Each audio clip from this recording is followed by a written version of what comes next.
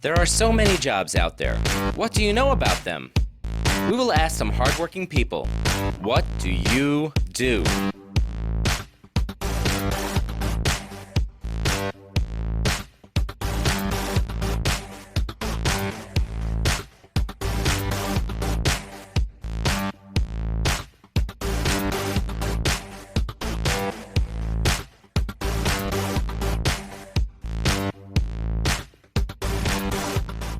Hi kids, it's Mr. Erik, and today we're doing another career interview for you. Today we're interviewing Mr. James Fay, who was a police officer with the NYPD for 27 years, right? A little shade over 27. And he was also captain of the 106 Precinct in Queens. Correct. And we're going to ask him about his job. So, what did you do as a police officer? That's the first question. Okay, so as a police officer, we do a whole lot of different things. Of course, we enforce traffic regulations. We respond to 911 calls. We make arrests. We do a lot of things like that. I don't want to make it sound like that's all we do is make arrests and do traffic enforcement. There's a whole lot of things. But one of our main functions, or probably our most important function, is to be visible out on the street, which helps to keep people safe. It's like a deterrent, right? Yes, Yeah. and it helps people, just as importantly as keeping people safe, is making people feel safe, Right. which is a very hard thing to measure, but is a very important thing to get across to the community. Police officers are there to enforce the laws, but also to look for situations that might be unsafe and things like that, and that they're actually there to help us. That's what you should really know about police officers, right? I would agree with you, Erik. Yeah. So, did you always want to be a police officer, or did you just come into the job, or was it something you prepared for in life? So, no, I didn't as a child say, "Ooh, I really want to be a police officer." My father was not a police officer, he was in business. But my brother became a police officer. My big brother, he's 6 years older than I am. And I guess he started getting me thinking about it. And as a kid, I wanted to play professional baseball. And, I was pretty good, but I, just wasn't that good. So that fell apart pretty quickly, or at least I had to change my plans. And I went into college, like so many people do at 18 years old, and I was a marketing major. And I did that for a few years, and I knew that I didn't want to be a marketing major, right? So I always knew that I liked to help people, and I kind of fell in line with that. And I saw my brother doing what he was doing, and some of my friends had just become police officers, so I figured, why don't I take the test and see where that goes? So I got called by the NYPD. And I went in, and it was a little intimidating in the beginning, right? It's a whole different line of work and adjusting to what the role of a police officer is. I actually have a question. Does the police, do they work as teams? Like, I know they have partners sometimes, right? When you're going out, right? But that's not the buddy system, right? But do you work as a team, like a team, like there's a chief, right, in charge of like a group? Yes. Is that how it works? So it's what they would call or is called a paramilitary organization. Right. So there is a definite rank structure and a team order. Yeah, but it's not unlike a lot of organizations. Yeah, that's Well, true. we have a police commissioner, right? He's on the news all of the time. Yeah. And then there's a number of chiefs that fall underneath him. And so it forms a big pyramid, right? So you have the commissioner at the top, and then it kind of goes all the way out, cascades down to the rank of police officer. So when I worked in, let's say, southern Manhattan South, that's what we call it, right? Right. 'Cause there are, as everybody knows, 5 boroughs in New York City, broken up into 8 patrol boroughs, right? So Manhattan, Brooklyn, and Queens are both to have 2 patrol boroughs. Okay. Okay, so, and they all operate in north and south, right? So I was in Manhattan South when I started as a police officer. Did my field training in the Battery. Bronx.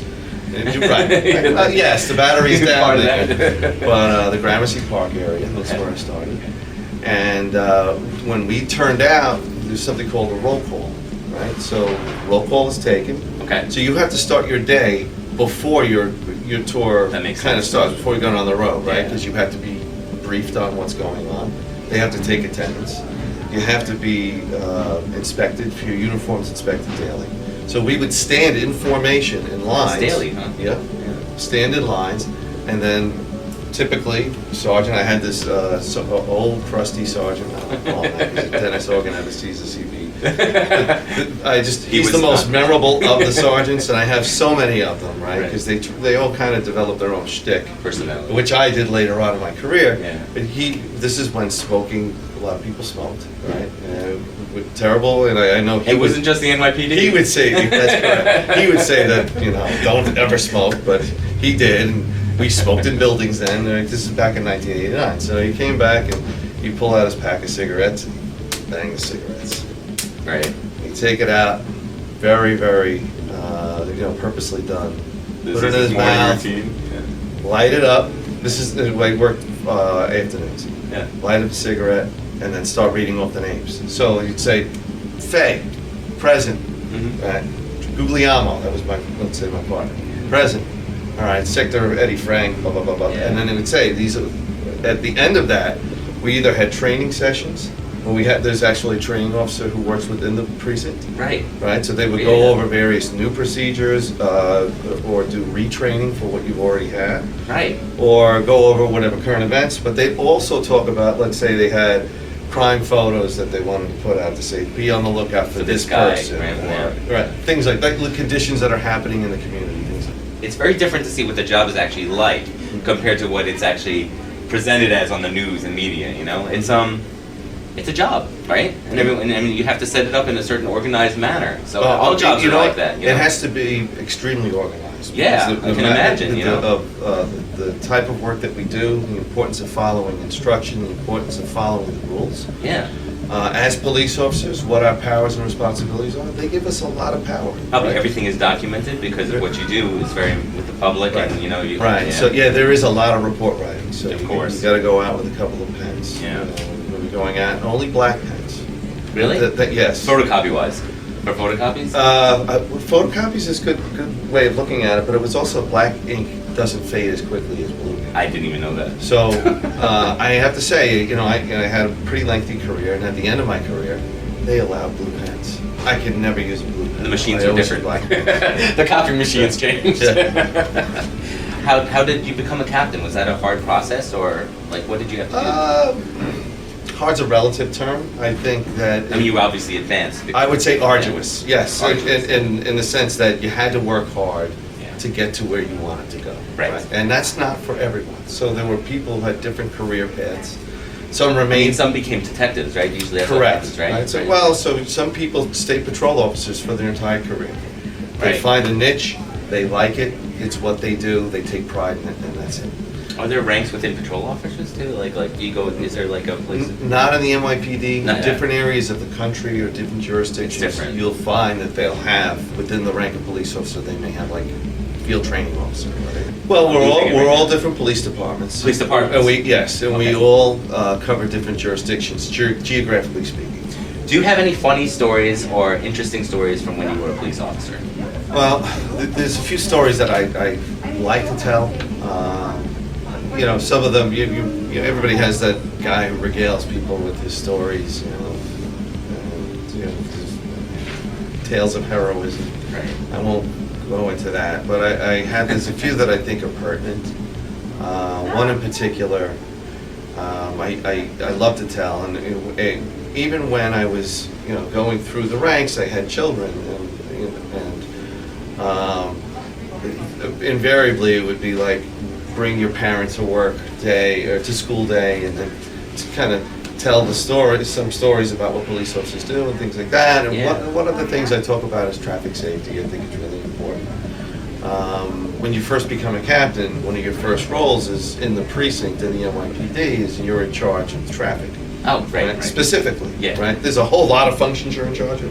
That's one of the functions that you're in charge of. And it became near and dear to my heart, and I could tell you of something that happened when we were working one day. We got a call for 1053. 1053 is for traffic accident, right? And the dispatcher will tell you 1053 with injuries, right? Something like that. In this case, it didn't come over that way, but it came over as a 1053. And as we're pulling up, I can recall cars that are kind of lining up because people now have stopped because it's a particularly bad accident. It's not like a fender bender. Right. It's a car that's overturned on the roadway. Right.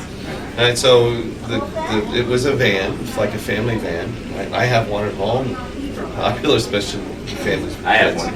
And it was on its roof, right? So went up, kind of a little panicky, a little afraid of what I was going to see when I looked inside the van.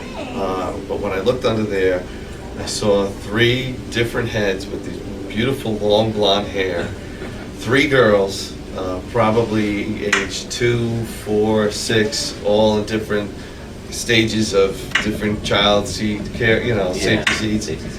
And their hair was like, strapped in like ponytails. Hanging on the just floor. hanging upside down, right? And I can only imagine if they hadn't been wearing their seatbelts and hadn't been in their safety seats, what would have happened. And it turns out it was a car that cut off the van, and the van was slippery, and the van just kind of lost control. It didn't have to be, they were driving safely. It wasn't anything that the father was there and the mother was there. Yeah. It wasn't anything that they did. There was a car that was speeding down the road at a very high rate of speed. Just cut them off. Cut them off. They got rattled. Did that car stop? They lost control. Yeah. No, that car was in the wind. So you see that sometimes on the highway. You see cars that are driving way too fast. So 2 lessons with that. Wear your seatbelts. And excessive speed. And excessive speed. Slow down. Speed kills. Yeah. In New York City, there used to be, I don't know how many traffic accidents that resulted in fatalities. So now, every year I was there in that capacity when I was in charge of traffic. Every year the numbers would drop. They had the Vision Zero program. Because of the belts. The belts is a big one, but the airbags too. Yeah, technology and I think awareness. And I think, those campaigns do work. The last question I wanted to ask you was, if a child is interested in becoming a police officer, what should he do to prepare? Well, I think not unlike most endeavors, right? You can't emphasize enough the importance of school, right? So do your best at school, right? And I know that's a hard thing to do sometimes. There's so many things that are more fun than school, right? But school really is the key, is the catalyst to help you be successful later on. Right? So I think that if this is something that you want to do, then I think you share that with people, let people know that this is what you want to do. And there are different programs within the police department that you can actually explore. There's one called the Explorer program. I think is that for kids? It's for kids, and it's for older kids. Kids that are interested, right? Right. Yeah, So I think I've heard of that, actually. So if this is something that you want to do when you're 14, 15 years old, it's something where you can help to participate with the police department and kind of get a flavor for it, a feel for it, and gather experience, and you get to talk to police officers. And police officers can be kind of scary people sometimes because they are the law, and they give you summonses, and they have these stoic faces a lot of the times. You're not going to, but they are. It helps to say hello. Say hello to a police officer. Just say hello. Yes. See what happens. Roll the dice. Most of the time, you're going to get a hello yeah, back. Yeah, of course. Yeah. Hello, officer. Give them their due respect. It's a hard job, and sometimes the police officers may not feel like the public likes them so much. It's a hard job. You're dealing with situations that most people don't deal with, right. And it's hard to judge that without having worn the shoes of the person who's wearing it. Basically, kind of the arm of the government, right? That some people don't like being. They feel like maybe they're controlling or whatever. But laws are put into effect because they're needed, and the police have the extremely important role of enforcing the law, and they need to do that in a measured way. And the hard part, right? It's very hard to do it if you think. And what is measured? I mean, it depends. When every confrontation or situation is different when you encounter people. Some people are yes officer, and then there's other people who are like confrontation, right? Kind of the opposite. Yeah. So police have to deal with that, and I think a lot of officers are very good at using this. So the manner in which you present yourself is really important. Because if you present yourself as a professional, right, and you speak to people with respect immediately, I think that helps the cop situations all the time. Right? So, And it also helps if you, as the public dealing with a police officer, are respectful. Just like you would be to your parents, just like you would be to your teacher. Be respectful. Everyone's doing their job. It's a job, you know, so. yes. Yeah, so there you go. So I would just like to thank James Hay for this interview. And kids, I'm going to put some links that you can check out the different departments from the NYPD. And stay tuned for more interviews in the future. You're welcome, Eric. It was my pleasure. Thank you for sitting down. Thank you.